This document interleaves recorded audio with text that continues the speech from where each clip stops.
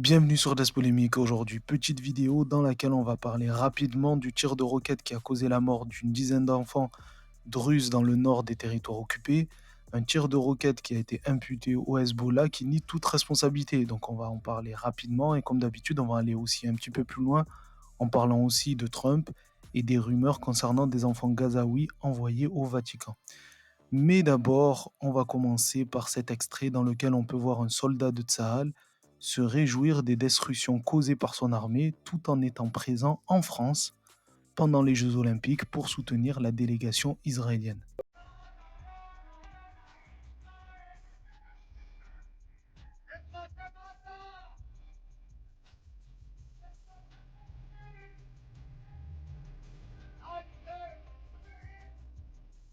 בעזה פירקו את כל האולמות אירועים, אז לפעמים צריכים לאלתר במה. שימו לב איפה יושבים הקהל. איפה אתם עזה? איפה אתם לוחמים? היידה, חברים, כיף להיות פה, אני אוהב אתכם.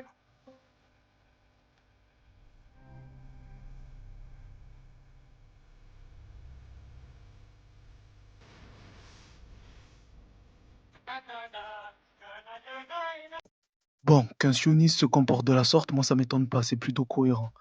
Mais ils sont où les patriotes identitaires français qui voient en chaque migrant un potentiel terroriste? Mais là, on a quand même le membre d'une armée qui est accusé de crimes de guerre et qui pénètre sur le territoire français, et là, aucun patriote, aucun identitaire pour ouvrir sa bouche. Bref, c'était juste une remarque comme ça. On va commencer avec Netanyahou, qui est venu apporter, ou en tout cas exprimer ses condoléances aux familles des victimes druzes. Hezbollah, avec le soutien de l'Iran, a lancé une roquette iranienne ici, qui a coûté la vie à 12 âmes pures, 12 garçons et filles qui jouaient au football ici et qui n'ont malheureusement pas pu rejoindre l'abri. Notre cœur est déchiré par cette terrible tragédie. Ces enfants sont nos enfants et l'État d'Israël répondra en conséquence. Benyamin Netanyahou a également tenu à rappeler les liens fraternels qui unissent selon lui les Juifs et Druzes.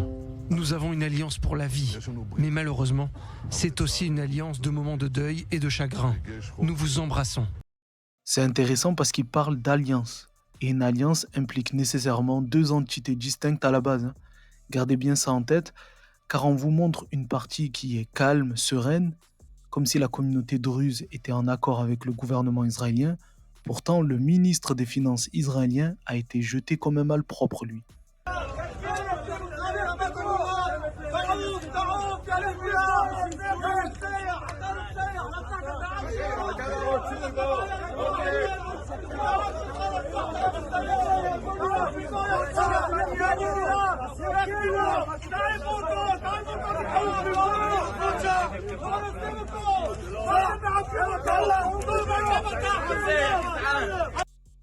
Alors, une des raisons supposées de ce rejet serait que la roquette ne viendrait pas du Hezbollah, ni de l'Iran ou que sais-je, mais plutôt du dôme de fer, c'est-à-dire d'Israël elle-même. Et la deuxième raison supposée serait que la communauté druze ne se sentirait pas considérée par le pouvoir israélien. Voilà pourquoi les médias français ont relayé cette affaire plus timidement que d'habitude. Et c'est une chose que regrette l'identito-sioniste bénévole Barbara Lefebvre. Et donc, il y a eu une invisibilisation à la fois des victimes, de leur statut d'Israéliens à part entière, et puis en outre la venue de Monsieur Smotrich et la venue de Monsieur Netanyahou, qui ont été relativement conspués par une partie de la population, ont été présentés comme justement des preuves que les Druzes n'acceptaient pas la présence israélienne. Enfin, c'était vraiment, on a nagé dans la désinformation. Après, on va pas se mentir, on n'y a pas nagé très longtemps, on était plutôt dans le petit bassin parce qu'on était plutôt occupé au grand bassin des Jeux Olympiques. Bon, elle dit que le pouvoir a été chassé, mais elle ne dit pas pourquoi, parce que ça contredirait la version officielle. C'est quand même grave d'être une bénévole à ce point, hein, vraiment. Elle défend plus Israël que la France. Et surtout venant d'elle qui critique à la moindre occasion les Français issus de l'immigration en doutant de leur patriotisme. Après, l'identito-sionisme, c'est une maladie, hein, je lui en veux pas, une maladie qui a accouché par exemple du concept de civilisation judéo-chrétienne, qui n'a jamais existé. D'ailleurs, ils le disent eux-mêmes, hein, les identitaires de civilisation ne peuvent cohabiter. Donc, il faudrait savoir, il faut choisir, boire ou conduire.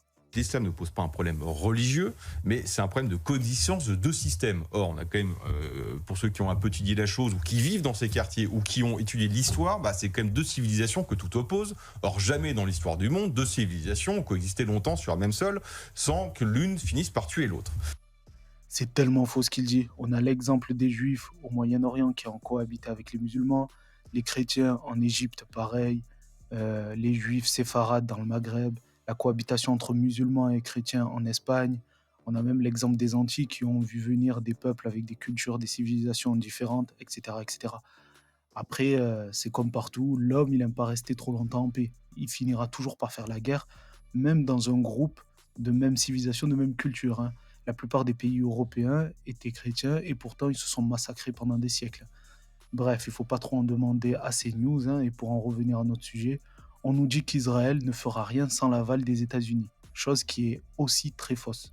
Au Hezbollah, au Hezbollah libanais ou s'attaquer à l'Iran demande une intervention des États-Unis. Or, les États-Unis ne veulent pas que l'on s'attaque au Hezbollah. Ils l'ont dit très clairement, que l'on riposte. Ça me paraît évident. Dans quelle proportion tout cela va être décidé, mais en tous les cas, sans l'accord des États-Unis, il me semble, mais je peux me tromper, que les Israéliens ne bougeront pas. Ils ont un veto clair des États-Unis. C'est ou bien ils n'ont rien compris, ou ils font semblant de ne rien comprendre, parce que c'est Tel Aviv qui ordonne, et Washington, Londres et Paris qui exécutent, pas l'inverse. Et donc je trouve l'image choquante, mais elle date d'il y a un moment, l'image.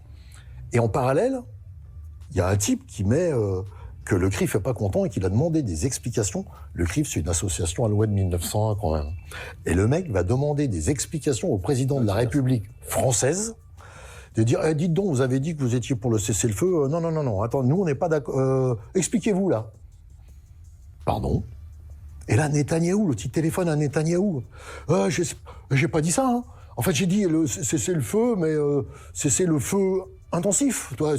Cessez moins le feu, s'il vous plaît. Et donc, j'ai dit, je me suis servi donc de ce stéréotype pour dire, Manu, il y a le patron qui est pas content. Sous-entendu, tu te rends compte que la politique étrangère de la France sur ce thème-là, elle est en train d'être faite par le CRIF et par M. Netanyahou. Voilà, donc le gouvernement israélien fait absolument ce qu'il veut. On a pu le constater hier avec des frappes au beau milieu de Beyrouth.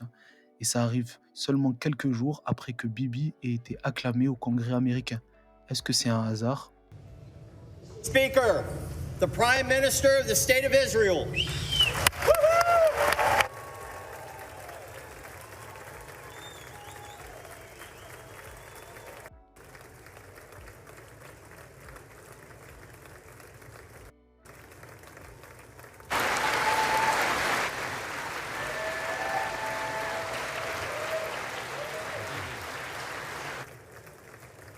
C'est quand même intéressant de constater à quel point le monde entier, en tout cas le peuple, conspue tout ce qu'il représente, et les dirigeants de ce même peuple lui déroulent le tapis rouge.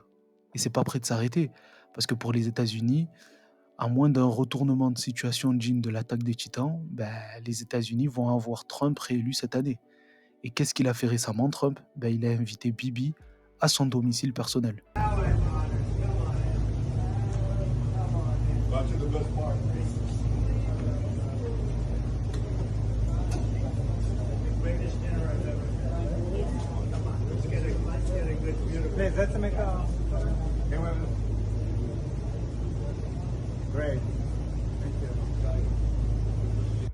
Entre ça et le discours dans lequel il disait que le Hamas, qu'il amalgame très souvent avec les Palestiniens, allait payer très très cher le fait de ne pas relâcher les otages avant qu'il arrive au pouvoir, tout est dit.